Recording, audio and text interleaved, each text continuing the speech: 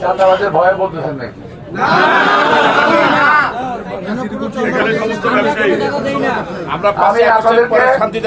আমি আপনাদেরকে একজন ব্যবসায়ী বলেছেন 5ই আগস্টের পরে শান্তিতে আছেন, আপনারা শান্তিতে থাকেন, এটাই চাই। আপনারা জানেন আমার অবস্থান বরাবরই চাঁদাবাজের বিরুদ্ধে, সন্ত্রাসের বিরুদ্ধে, মাদক ব্যবসায়ীর বিরুদ্ধে।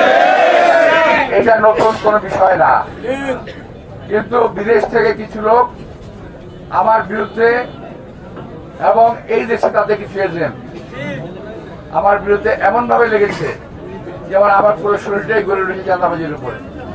কখনোই না একটি কথা এই দেশের মানুষ, ঢাকার মানুষ বিশ্বাস করবে না। ঢাকার রাজনীতিতে আমি আজ থেকে না ৭৭ সাল থেকে আমি আছি, একটা লোক কোনো কথা আমার সম্পর্কে বলতে পারবে না ইনশাআল্লাহ। আমার সময়ে এই গুলিস্তান এলাকায় বহু মার্কেট হয়েছে, এখানে আমার একটি দোকান আছে, কেউ বলতে পারবেন না। আমার পরিবারের একটি দোকান আছে, কেউ বলতে পারবেন না। পূর্বাঞ্চলে একটি শহর আমি গড়ে তুলেছি, আমি মির্জা আব্বাস একটি শহর গড়ে তুলেছি আমি। সেই শহরে আমি এবং আমার পরিবারের একটি দোকান নাই, গুলশানের মতো জায়গায় আমি মেয়র ছিলাম, ওয়ার্ড মিনিস্টার ছিলাম। গুলশানের মতো জায়গায় আমার কোনো প্লট কিংবা বাড়িঘর নাই। প্রিয় ভাইয়েরা, আমার বিরুদ্ধে যারা বলছেন, আমি স্পষ্ট বলতে চাই, যদি আপনারা মুসলমান হয়ে থাকেন, যদি বুকে পাটা থাকে, আসেন বাইতুল মুকাররমা মসজিদের সামনে শালির বসান আমার নামে, কোনো অসুবিধা নাই। আমার বুকে কলিজা আছে, সাহস আছে। আসি ধীরে ধীরে নিজেকে রাজনীতিতে প্রতিষ্ঠিত করার চেষ্টা করি, জনগণের ভালোবাসা নেওয়ার চেষ্টা করি, জনগণের খেদমত করার চেষ্টা করি। পরবর্তী 1991 সালে আমি আবার এমপি নির্বাচিত হই। ভাইয়েরা, আমার এই ছেলেমেয়েরা যা শুরু করেছে, তারা লাভ দিয়ে হঠাৎ করে নেতা হয়ে গেছে। এখন অল্প পানির মাছ বেশি পানিতে পড়লে যেরকম করে, এটা অবস্থা তেমন হয়ে গেছে, দিশেহারা হয়ে গেছে।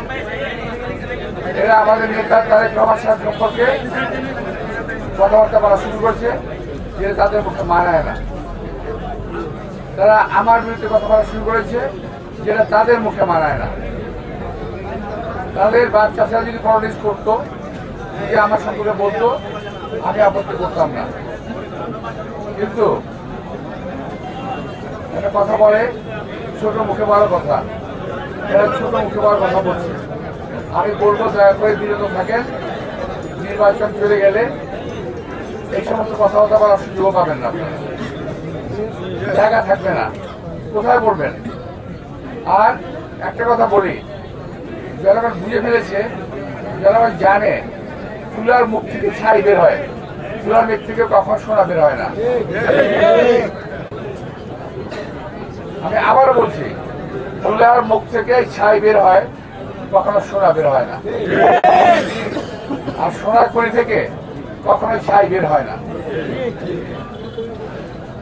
আমরা ভেবেছিলাম, যাকে আশা করেছিল যে আপনারা দেশের জন্য ভালো কিছু করবেন। আমরা মুক্তিযুদ্ধের পরে কখনো বলি নাই যে আমরা মন্ত্রী হয়ে যাব। মুক্তিযুদ্ধের পরে বহুদিন অপেক্ষা করেছি।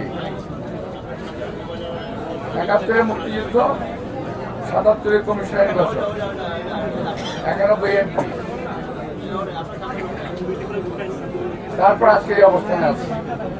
আপনারা দুদিনেই এই অবস্থায় চলে যেতে চান। আপনারা ভাবেন মির্জা আব্বাসের বিরুদ্ধে কথা বললেই তো খবরে থাকা যায়, মির্জা আব্বাসের বিরুদ্ধে কথা বললেই প্রচারণায় থাকা যায়। প্রচারণা থাকতে চান, বহু রাস্তা আছে। দান করেন, খয়রাত করেন, ভালো ভালো কথা বলেন, মানুষের মুখে মুখে থাকবেন। কিন্তু এইভাবে গালিগালাজ করে, অশুভ ভাষায় কথা বলে নিজের পরিচয়টা জাহির করেন না যে আপনি কোথেকে এসেছেন। দয়া করে আপনি আপনাদেরকে, আর এখানে ব্যবসায়ী যারা আছেন, তাদেরকে আমি একটা জিনিস বলবো, যিনি বলেন যে এই এলাকায় চাঁদাবাজি হয়, আপনারা যারা ব্যবসায়ী আছেন তারা কত টাকা চাঁদা দেন আপনি জানেন? এটা কোনো ভয় পাওয়ার কোনো কারণ নাই। জনগণ আমাদের সঙ্গে আছে, জনগণ আমাদের পাশে আছে, জনগণ ভোটের অধিকার রক্ষায় সংগ্রাম করতে রাজি আছে। কিন্তু ভোটের অধিকার আমরা ছাড়বো না, এই কথাটা মাথায় রাখতে হবে। আমরা শুনছি ইলেকশন ইঞ্জিনিয়ারিং হবে, জানতে পারছি, এবং এই যে নব্য প্রার্থীদের কথাবার্তায় বুঝতে পারছি যে ইলেকশন ইঞ্জিনিয়ারিং হওয়ার চান্স রয়ে গেছে। আমার কাছে বিভিন্ন রকম ফোন আসতেছে, সেটা আমি এখন বলতে চাই না, আমি পরে অন্য কোনো মিটিংয়ে বলবো।